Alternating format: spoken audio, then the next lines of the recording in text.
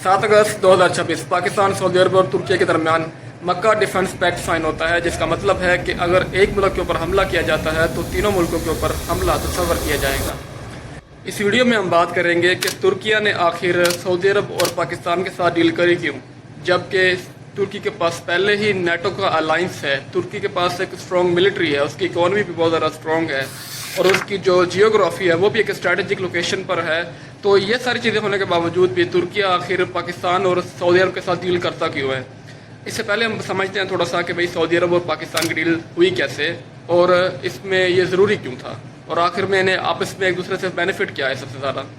देखिए, सऊदी अरब एक ऐसा मुल्क है जो कि ऑयल रिच कंट्री है, इकोनॉमिकली बहुत ज़्यादा स्टेबल है और उसकी जियोग्राफी बड़ी ज़बरदस्त है। दूसरी तरफ पाकिस्तान एक ऐसा मुल्क है जिसके पास न्यूक्लियर वेपन्स है, सबसे बड़ी चीज़, और उसके पास जंगें लड़ने का बहुत ज़्यादा एक्सपीरियंस है और उसके ताल्लुकात पहले ही सऊदी अरब के साथ बहुत ज़्यादा स्ट्रॉन्ग थे। वो पहले ही गल्फ़ कंट्रीज़ को एक लेवरेज देता है सिक्योरिटी का, जिस चीज़ के चलते हुए सऊदी अरब के साथ तो पहले ही ताल्लुकात बेहतर थे। तो जब सऊदी अरब के करीब कतर के ऊपर इसराइल ने हमला किया था एक बार, और ये यहाँ तक कि आपको पता है जैसे कि सऊदी अरब, कतर और जो दूसरे गल्फ़ कंट्रीज़ हैं उन्हें यूएस से ही प्रोटेक्ट करता है, उनकी सिक्योरिटी के लिए वहाँ पर उसकी बेसिस हैं, और कतर के अंदर बहुत बड़ी बेस है यूएसए की, लेकिन तब भी इसराइल उसके ऊपर हमला कर पाता है। ये चीज़ देखकर सऊदी अरब को बहुत ज़्यादा इस चीज़ की फिक्र होने लग जाती है कि कल को ईरान भी कोई हमला कर सकता है सऊदी अरब के ऊपर, या फिर जो इसराइल है वो भी उसके ऊपर हमला कर सकता है। ये सारी चीज़ें सऊदी अरब को बहुत ज़्यादा परेशान करती हैं, जो कि वजह बनता है पाकिस्तान और सऊदी अरब की एक डील होने का। अब सऊदी अरब को हालांकि यूएसए तो प्रोटेक्ट कर रहा था, लेकिन फिर भी उसे एक लेवरेज चाहिए था, इससे और ज़्यादा किसी एक रिसोर्स के ऊपर ज़्यादा डिपेंड नहीं करना चाहता था। इस वजह से सऊदी अरब और पाकिस्तान एक बड़े ज़बरदस्त स्वीटेबल बने आपस में एक दूसरे के लिए, क्योंकि दोनों को एक दूसरे की नीड थी, तो दोनों ने आपस में एक डील कर ली। अब बात करते हैं तुर्किया की। तुर्किया देखिए अपने आप को वेस्ट की तरफ ज़रा झुकाव है उसका, जबकि वो अपने आप को थोड़ा सा ईस्ट की तरफ भी अपना इन्फ्लुएंस बढ़ाने की कोशिश कर रहा है। तो इसी वजह से, क्योंकि अब तुर्किया के रिलेशंस पहले सऊदी अरब के साथ अच्छे नहीं थे, तुर्किया और सऊदी अरब एक दूसरे को पसंद भी नहीं करते थे। जैसे आज सऊदी अरब और ईरान के रिलेशंस है ना, इसी तरह से कुछ एक दूसरे को ये पसंद नहीं करते होते थे। क्यों? क्योंकि तुर्किया जो कि पहले ऑटोमन एम्पायर होता था और सऊदी अरब ऑटोमन एम्पायर के अंदर आता था, तो वो उसे अपना हिस्सा समझता था।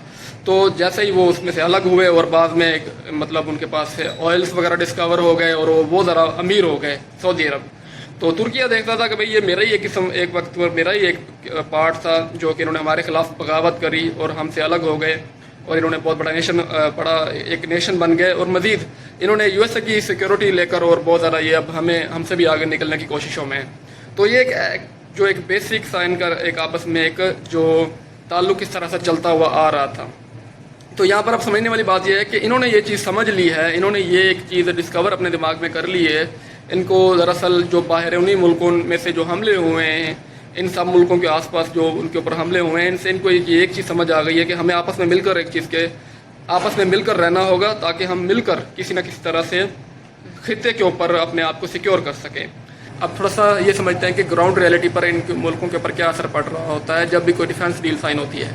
अब इस चीज़ को इस तरह से समझ सकते हैं कि भाई पाकिस्तान एक ऐसा मुल्क है जो कि अपनी तरफ से क्या चीज़ दे सकता है। अपनी तरफ से एक मिलिट्री का एक्सपीरियंस है उसके पास न्यूक्लियर वेपन्स है, इंटेलिजेंस है, जियोग्राफी है, वो ये चीज़ अपनी तरफ से दे सकता है। जबकि सऊदी अरब के पास ऑयल रिच कंट्री है, वो इकोनॉमिकली स्टेबल है और मिडल ईस्ट के अंदर है, जहाँ पर कोई भी मुल्क वहाँ से बैठकर मिडल ईस्ट के ऊपर नज़र रख सकता है। मिडल ईस्ट का सबसे बड़ा मुल्क अगर देखा जाए तो सऊदी अरब ही है। मज़ीद तुर्की की अगर बात की जाए तो तुर्की ब्लैक सी और मेडिटेरेनियन सी के करीब है और वो नेटो का मेंबर है, और उसकी जो मिलिट्री है वो पहले ही बहुत ज़्यादा डेवलप्ड है, जहाँ ड्रोन्स, उसकी नेवी और उसका जो अलाइंसेस है जैसे नेटो के साथ उसका एक्सपीरियंस है, वो भी एक काबिल गौर बात है। वो अपनी तरफ से ये चीज़ दे सकता है।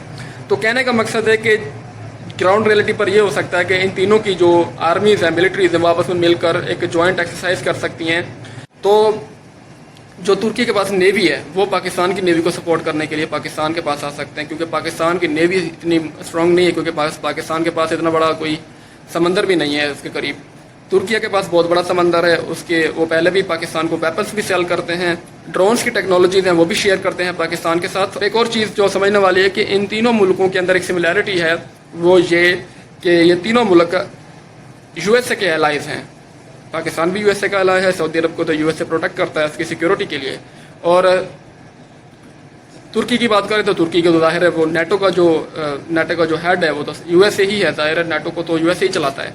तो ये तीनों मुल्क यूएसए के एलाइज हैं और इनको एक ख़तरा एक चीज़ का भी है कि इसराइल इनके ऊपर हमला ना कर दे।